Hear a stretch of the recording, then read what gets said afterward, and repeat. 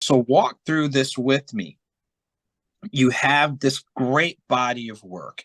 You have this culture that clearly works and it draws from all across the board. What do you see is coming up next to continue to build on this rich, and it really is this rich tradition that is synonymous with the venue?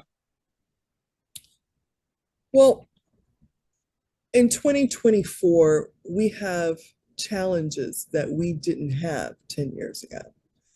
So, before I talk about what's coming up, let's talk about what's happened recently, if I may. Yes. Um, so, when we hit 2020,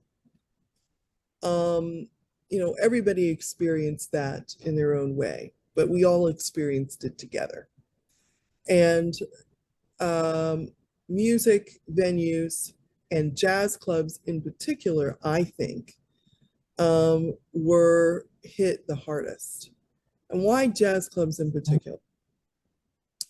What were people doing in 2020 as COVID hit? They were drinking their behinds off. Not kidding. You know what I'm talking about. Yeah. Anyway, moving right along. Ah, In a jazz club, the consumption of alcohol per capita is very low comparatively. And this is not a country western bar, a Bud and Jack. This is a jazz club. The only people who drink less per person than a jazz club are people who are enjoying classical music. So we didn't get the same, first of all, people weren't going out to enjoy music. That's first of all. But secondly, even when they did begin to venture out again, the consumption of, the higher margin alcohol product was not something that we saw a lot of.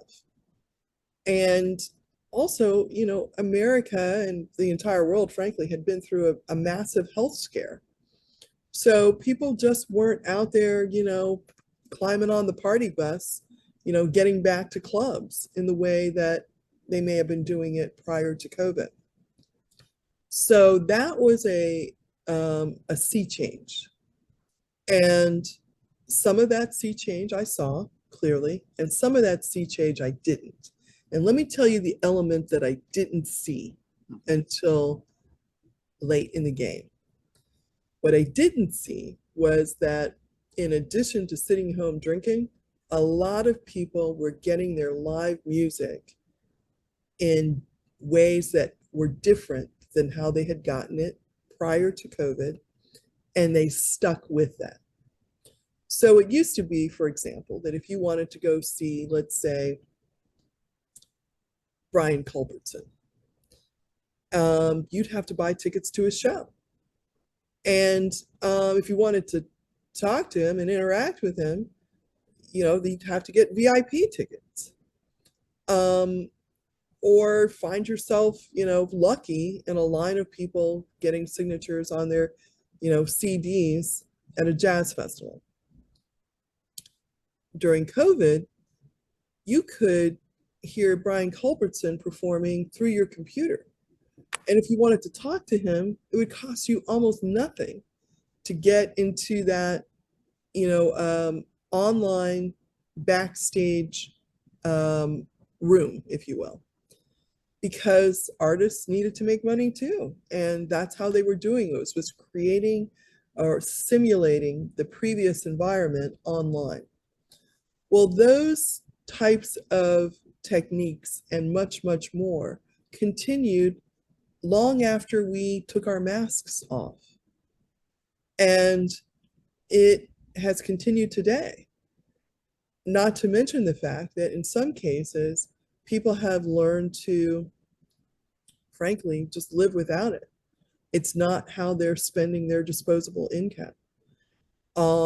But if they do want to spend disposable income in this way, they now have many options, whereas previously they had only a couple. And so that has been particularly challenging for small venues, and and jazz venues. And the part in terms of food and beverage consumption, I caught that pretty early, but I didn't catch that second part until um, a lot of obstacles had come our way. Mhm. We borrowed a lot of money to honor our flat fee artist contracts and to get us through the post-COVID era. And I don't mean to suggest that COVID is completely over, because I know that it's not. But to get us through, 2022, 2023, and those chickens came home to roost. So now we are a club with a lot of pedigree, a lot of successes, a lot of experience, and a lot of challenges. When you have to slow down your payments of any sort, whether they be to artists, to staff, to lenders, because of the amount of debt you're carrying, um, it's uncomfortable, and it's not a place where you want to be. You certainly don't want to be for long. So one of the challenges that we have in front of us is um, getting out of that particular situation and moving on and staying open, which I choose to do. A lot of club owners, and you see it all the time, if they had taken on debt that was difficult to manage, they would simply shut their doors, file bankruptcy, and reopen and reorganize a couple of months later under a new structure and leave the past behind, so to speak. And I am choosing not to do that. I am choosing to stay open and to address and deal with the challenges that we have in front of us, including our financial challenges, and to learn from the lessons of the past and to be even that much better. And that's my choice as the leader of this company.